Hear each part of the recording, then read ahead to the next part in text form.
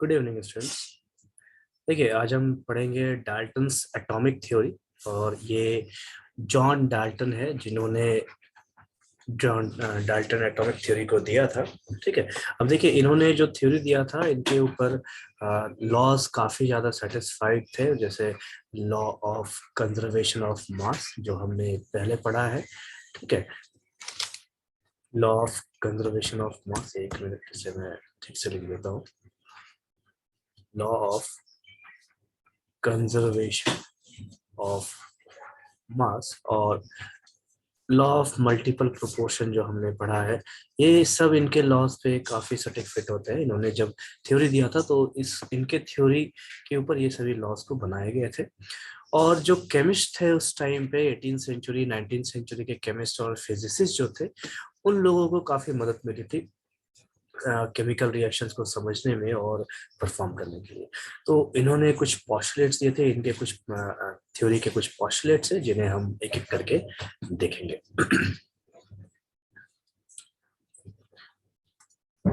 सबसे पहला,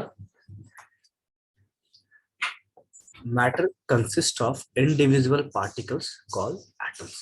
ठीक है। अभी मैटर जो है वो एटम से बना होता है। मतलब हम कह सकते हैं, सपोज कीजिए हम एक एग्जांपल ले लें। मान लीजिए हमने एक पत्थर ले लिया है। ठीक है। और इस पत्थर को हम क्या करते हैं कि पत्थर को हम तोड़ना चालू करते हैं। सपोज कीजिए हम इसे हैमर के मदद से, हथौड़े के मदद से इसे हम तोड़ते हैं। तो क्या देखेंगे तोड़ते वक्त कि इसे छोटे छोटे टुकड़ों में बांटा गया। ठीक है। तो अब इसे छोटे छोटे टुकड़ों में हम इस तरीके से मान लो तोड़ तोड़ के बांट दें।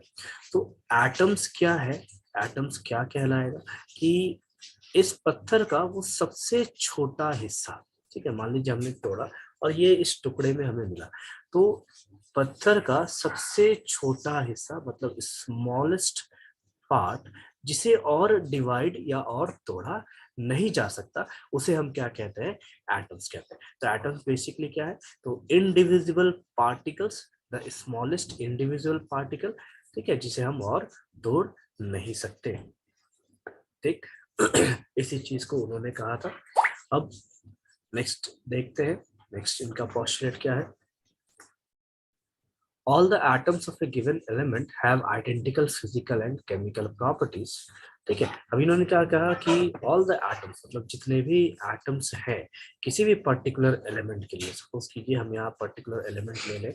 अगर इस जगह पे हम हाइड्रोजन को ले लें, ये एक एलिमेंट है और इस एलिमेंट के अंदर जितने भी एटम्स होंगे, जो भी टोटल एटम्स है इनके अंदर, तो वो सभी एटम्स की जो प्रॉपर्टीज है, चाहे वो प्रॉपर्टीज फिजिकल हो या फिर वो प्रॉपर्टीज केमिकल प्रॉपर्टीज हो, तो वो सबके सब प्रॉपर्टीज क्या होंगे, आइडेंटिकल प्रॉपर्टीज होंगे। मतलब सिमिलर प्रॉपर्टीज को दिखाएंगे।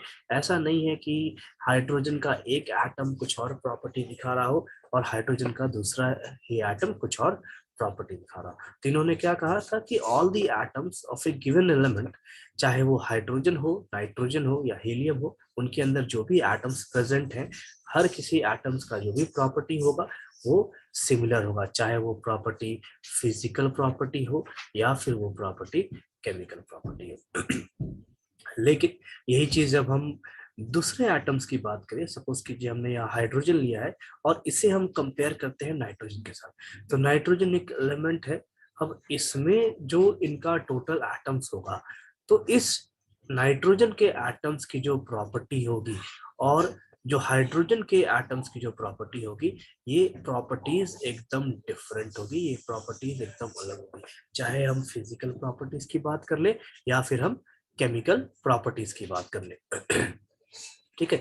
तो इन्होंने क्या कहा था कि atoms of atoms of different elements differ in their properties. Differ in their properties मतलब एक तो फिजिकल प्रॉपर्टी और दूसरे की बात हुई तो दूसरी हमारी केमिकल प्रॉपर्टी। ठीक है। देन इनका तीसरा पोस्टुलेट है।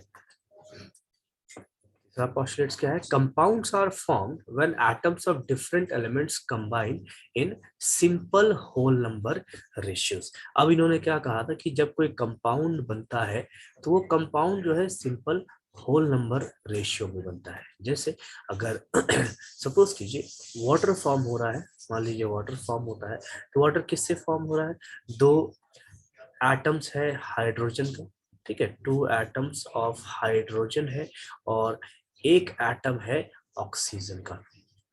तो यहाँ पे जो रेशियो है हाइड्रोजन और ऑक्सीजन का, ये रेशियो क्या है, 2:1 का, ठीक है। तो ये जो रेशियो है, ये बेसिकली ये रेशियो है क्या, ये रेशियो आपका सिंपल होल नंबर रेशियो है। तो इसी चीज को उन्होंने क्या कहा था कि अगर कोई कंपाउंड फॉर्म हो रहे हैं तो वो compound simple whole number ratio में फॉर्म होंगे। इसी तरीके से देख सकते हैं कार्बन अगर ऑक्सीजन से जुड़ता है तो ये क्या बना रहा है, कार्बन डाइऑक्साइड। तो इस जगह पे हम क्या देखते हैं कि एक एटम कार्बन का एक एटम कितने ऑक्सीजन से कंबाइन हो रहा है, तो ये 2 ऑक्सीजन एटम से कंबाइन हो रहा है, ठीक है, 2 ऑक्सीजन एटम से कंबाइन हो रहा है। तो इस जगह पे रेशियो क्या हो जाएगा, रेशियो होगा 1:2 का। ये रेशियो क्या है, ये ratio basically simple whole number ratio है, ठीक है, simple whole number ratio.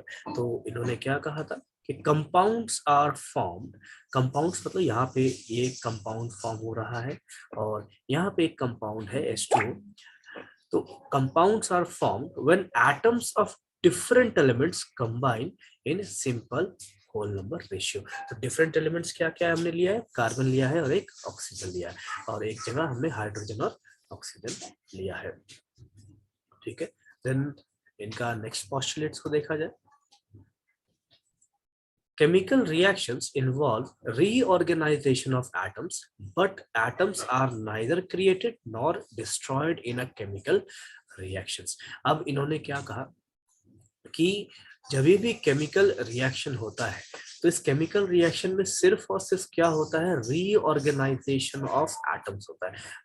Reorganisation कहने का क्या मतलब है कि ना ही किसी केमिकल रिएक्शन में एटम्स को बनाया जा सकता है और ना ही बिगाड़ा जा सकता है। तो जैसे देखिए एक केमिकल रिएक्शन है N2 प्लस 3H2, ये हमें क्या देगा, ये हमें देगा 2NH3। तो बेसिकली यहाँ पे क्या है, जो भी रिएक्शन हो रहा है तो नाइट्रोजन नाइट्रोजन के बीच का जो बॉन्ड है ये बॉन्ड टूट रहा है, हाइड्रोजन हाइड्रोजन के बीच का बॉन्ड टूट रहा है, ठीक है। ये दोनों जगह पे हमें क्या दिख रहा है, बॉन्ड ब्रेक होता हुआ दिख रहा है, ठीक है, बॉन्ड यहाँ पे टूट रहा है और यहाँ पे क्या दिख रहा है हमें, NH3 बनता हुआ, मतलब ये बॉन्ड इस तरीके से जुड़ रहा है।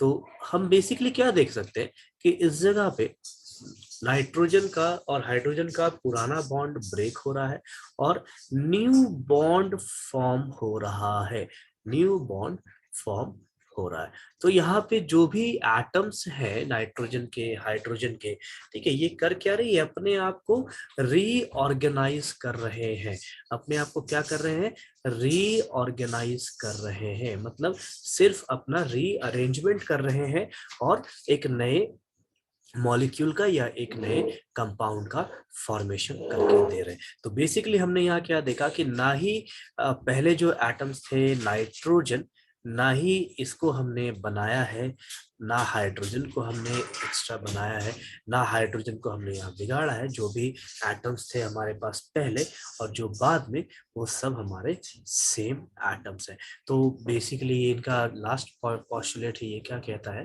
कि केमिकल रिएक्शन में, किसी भी केमिकल रिएक्शन में सिर्फ एटम्स का रीऑर्गेनाइजेशन होता है, लेकिन वहां पे एटम्स को ना ही हम बना सकते हैं और ना ही हम बिगाड़ सकते हैं। तो ये थ्योरी थी जॉन डाल्टन की, जिन्होंने एटम एटम के ऊपर दिया था, जिसे हम डाल्टन्स एटॉमिक थ्योरी भी कहते हैं, ठीक है।